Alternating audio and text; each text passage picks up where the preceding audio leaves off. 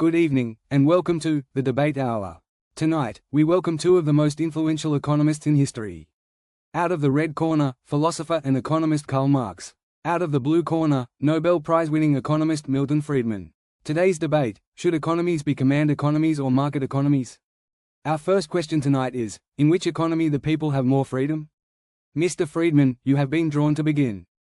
Thank you very much. In a market economy, individuals and businesses decide what to produce and consume. Prices are fundamentally determined by supply and demand, not by government intervention.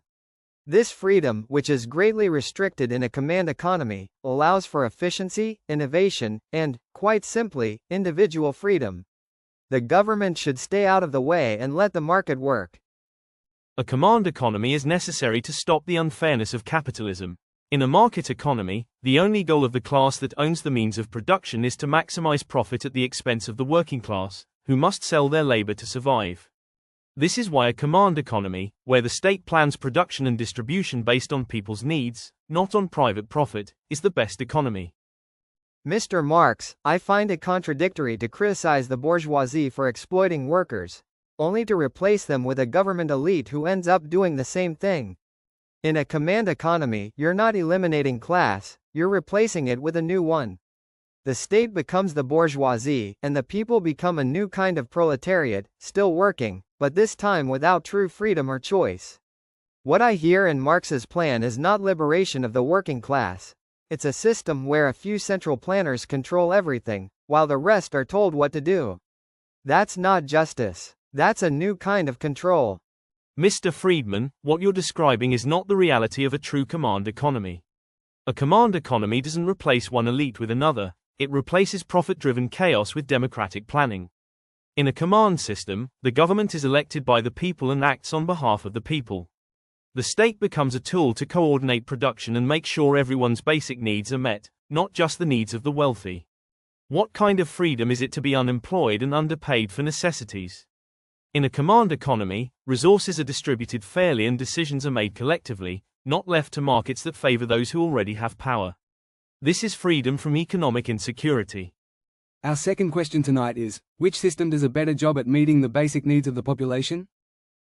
In a market economy, meeting basic needs depends on people working hard to support themselves and their families. That system creates strong incentives to innovate and improve the skills of a nation. When rewards are standardized, as in a command system, it can reduce motivation. If working harder doesn't mean getting more, people might not try their best. That lack of motivation can hurt productivity and lead to worse outcomes for everyone. Market economies, by rewarding merit and effort, help lift living standards over time and ensure more people get what they need. A command economy focuses on guaranteeing that everyone's basic needs are met, no matter their income or background. It's not about giving everyone the same, but about ensuring no one is left without essentials. In a command system, resources are planned and distributed to prioritize human needs first, not just what's profitable. That's why a command economy can do a better job at meeting basic needs. It removes the risk that some will be left behind. Many people in market economies still struggle to get necessities such as food and housing. Hard work doesn't always mean success. No system is perfect, but in a market economy, people aren't just left behind by default. They have opportunity. They can improve their situation through hard work, education, and innovation. That's not a guarantee in a command economy, where individual ambition is restricted. Yes, command economies claim to prioritize human needs, but without competition and choice, they fail to deliver even the basics, especially when the system doesn't reward results.